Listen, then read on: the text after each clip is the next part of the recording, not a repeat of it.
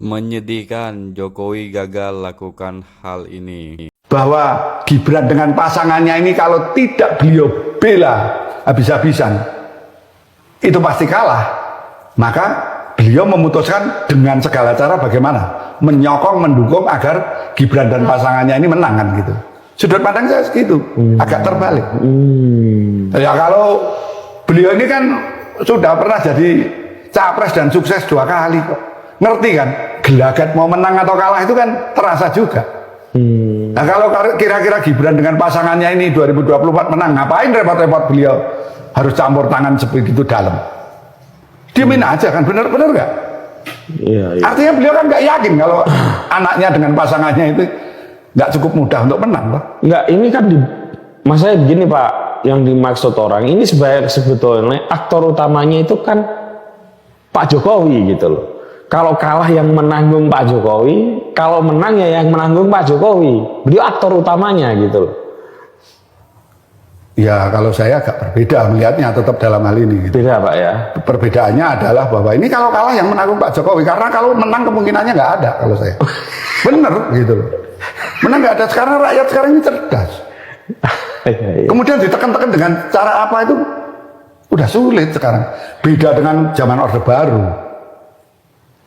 Ya, misalkan terjadi di sana sini, misalkan ada aparat TNI, Polri, ini misal ya misalkan itu mengarah-arahkan untuk memperkuat pilihannya ke Mas Gibran dan pasangannya misalnya gitu. Kan berbeda dengan TNI Polri zaman Orde Baru. Perbedaannya di mana? TNI Polri zaman Orde Baru itu memiliki kekuatan pemaksa, istilah saya, agar rakyat menurut. Sekarang, ya beda. Ya, dan tentara sekarang sudah nggak punya pengalaman masa lalu. Iya, tentaranya Orde Baru udah banyak yang pensiun, ya kan? Gitu. Tahun lalu. Iyalah, itu udah banyak yang pensiun. Iya. Nah, kemudian Polri sendiri mau melakukan apa? Misalkan ada suatu tempat yang dicurigai, kepala desa mau diperiksa dan sebagainya. Ya, itu bisa dilakukan juga bisa. Tapi sebagai kekuatan pemaksa secara massal, enggak. Kan ada juga ketika kepala desanya itu dinilai baik-baik saja oleh warganya. Kemudian kepala desanya ini mencoba dipanggil, diurus penanganan anggaran desanya. Warganya kan justru melakukan pembelaan. Kok kepala desaku ini pelayanannya baik kok dibeginikan. Udah deh kita jangan nurut, suruh milih sana sini. Nah, kan merugikan counterproductive juga bisa. Dan satu hal yang mohon dicatat, ketika di zaman yang seperti sekarang, TNI dan Polri misalkan, itu harus tidak netral misalkan ya. Misalnya ini sekali lagi misalkan Kapolri atau Panglima TNI atau Kepala Staf Angkatan harus tidak netral. Bahasanya misalkan harus membela Pak Jokowi, memenangkan Gibran, umpamanya ada. Kapolri ini kan nggak turun sendiri, perintah ke bawahnya gitu kan.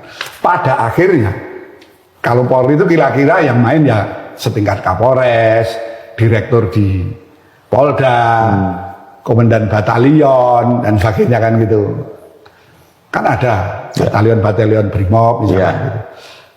Begitu juga Angkatan Darat, Angkatan Laut. Nah, di atasnya ini mungkin perintah begitu enak, tetapi para perwira menengah, bahkan perwira pertama, kasat-kasat atau pasi-pasi di Kodim Kasat itu di Polres ya, atau di Poltabes misalkan itu. Kalau Poltabes itu kasat sudah pamen, ya kan. Kalau di Polres biasa kan kasat itu kan masih perwira pertama, yang mereka notabene banyak kan lulusan Akpol.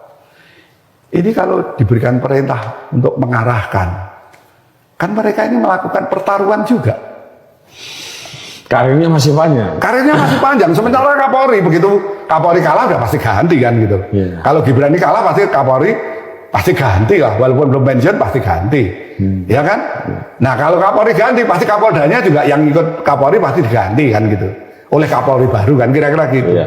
Nah Pak Ganjar dengan Pak Mahfud, Pak Anies dengan Cak Imin kan punya tim di seluruh kabupaten. Kalau mereka yang menang, kalau Pak Ganjar yang menang, timnya di kabupaten kan pasti lapor, Pak itu dulu saya dipaksa-paksa sama Pak Kapolres ini melalui kasatnya. Kan catatan itu masuk ke Pak Ganjar. Nah, kemudian logis dong Pak Ganjar ngomong sama Kapolri. Itu Kapolresmu di kabupaten ini dulu itu menekan-nekan pendukung saya untuk nggak milih saya. Tolong itu diberikan pembinaan, bahasanya kan gitu. Diberikan pembinaan, Kapolri siap, Pak Presiden, kan pasti gitu. Nah, Kapolres ini yang tadinya begitu nyaman, mereka jadi non-job kan. Apa sulitnya mengganti Kapolres yang memusuhi Ganjar, tiba-tiba Ganjar pemenang, yang memusuhi Ganjar ini kan jadi non-job. Karena begitu mudah. Jumlah pamen yang tidak punya jabatan dengan jumlah pamen yang menjabat kan relatif lebih banyak. Yang nggak punya jabatan, jadi ganti begitu saja. Siap Pak, kami diberikan kepercayaan jabatan, loyal, tegak lurus, bahasanya kan gitu. Nah, yang ini terlalu mendukung itu ke pasangan lain yang bukan pemenang ini kan akhirnya harus terpinggirkan. Nah, itulah yang saya sebut pertaruhan. Sehingga saya menghimbau dan saya memberikan masukan kepada para perwira pertama dan pamen-pamen di TNI dan di Polri ini, cobalah dipertimbangkan, karena ini menyangkut keputusan melangkah ini jangan gerusa-gerusu, ini kan menyangkut anak istri ke depan gitu loh. Bener nggak? Jangan membuat pertaruhan yang nggak penting gitu loh. Siapa yang berani memastikan bahwa kalau harus membela Gibran itu, siapa yang berani memastikan bahwa Gibran dengan pasangannya ini keluar pemenang? Sementara kalau menang, emang yang jadi Kapolres ini langsung naik kan? Enggak juga. Tapi kalau kalah, risikonya jelas ada. Relawan-relawan di daerah, tim-tim daerah ini pasti laporan dong. Pak, kepala-kepala desa itu lapor, Pak dulu saya tanya ini, tanya ini itu, pada nggak ada, misalkan gitu. Nah, artinya saya menghimbau sebaiknya itu ya kita kembalikan pada nafas original, nafas aslinya demokrasi. Kembali ke hati nurani, nggak usahlah dipaksa-paksa gitu. Daripada nanti harus ada pertaruhan-pertaruhan gitu. Pak, terakhir, tanpa bermaksud saya ini ya, saya percayalah dengan argumen Bapak soal dan keyakinan pasangan Pak Ganjar, Pak Mahfud itu menang. Tapi misalnya kan tetap ada peluang kalah, Pak. Walaupun mungkin Anda nggak mulai menang. Misalnya ada peluang kalah misalnya. Kira-kira PDIP akan oposisi nggak? Loh, kita bicara ya, kalau PDI ini mengusung satu calon presiden dan kalah ya otomatis ya pasti jadi oposisi. PDI kan sudah memberikan riwayat yang bisa dibaca. Di saat Pak SBY jadi presiden ya oposisi 10 tahun. Dan PDI tetap besar. Sekarang terbesar. Jadi kalau yang Anda tanyakan itu, walaupun saya nggak percaya, karena yang saya yakini Ganjar Mahfud ini menang gitu. Jadi yang oposisi mereka lah kira-kira gitu. Mereka akan oposisi, tapi saya juga nggak yakin yang ikut-ikut nanti jangan-jangan dirangkul juga sama seperti Golkar itu kan paling tidak ahli untuk beroposisi.